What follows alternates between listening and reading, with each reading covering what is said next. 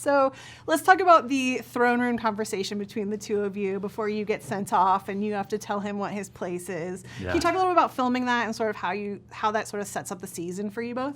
Yeah, because that's the first sort of wedge that's driven between the brothers, and you know, it's a big moment because Viserys has his responsibility as king. His brother's insulted him. He's always defending his brother. He tells him, "You're the only ally I have in that room, and this is how you've treated me. You've spoken." I mean, it cuts deep because Emma's the absolute love of his life. Another baby's lost, and his wife with it. And I think it's probably that, however it was said, it was just that Viserys in his grief interprets it as a terrible insult. It's good. It's good what he says though. Your character, you're weak. He's not weak. Oh, he's being used by other people. Well, but that's the game. Yeah. Yeah. Yeah. And Viserys is fully aware of it because in the same episode he tells that to Rhaenyra. I think people underestimate, maybe it was just the way I was playing him, but I never underestimated anybody around that table and what their motives were. It was my job to keep the peace. And, you know, the prophecy, the dream that I speak of in that first episode, it's important that I pass that on to the right person and give them the responsibility, and it has to be somebody who can carry that. Yeah, Winter is coming. Matt, how did your character feel about being kicked out, told to go home to his wife, get on that wild, crazy dragon, and get the hell out of here?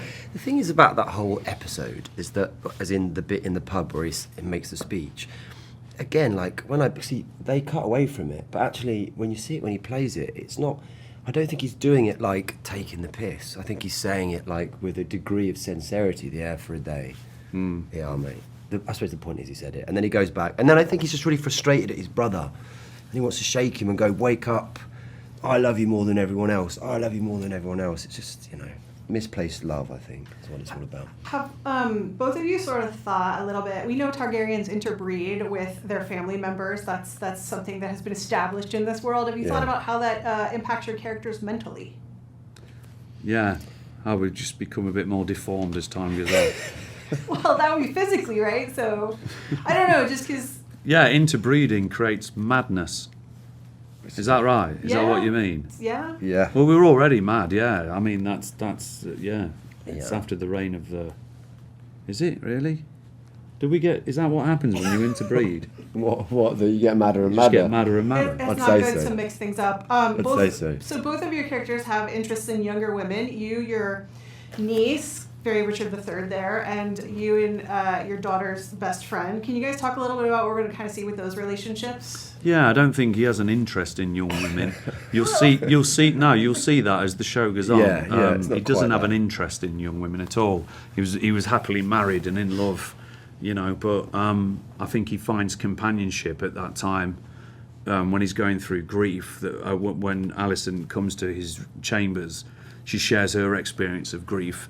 And nobody's having those conversations with Viserys. No sooner is his wife dead, and then he's in the council chamber, and they're talking about who the next heir is, and talking callously about it. And this man's going through an emotional thing, and I think that's what separates him from everybody else in that sort of kingdom, is that he's an emotional person who's truly lost the love of his life. So I don't think he's got an interest in young women at all. I think it's just necessity. Matt, well, look, and they speak the same language too. They're like the only two that seem to speak. Yeah.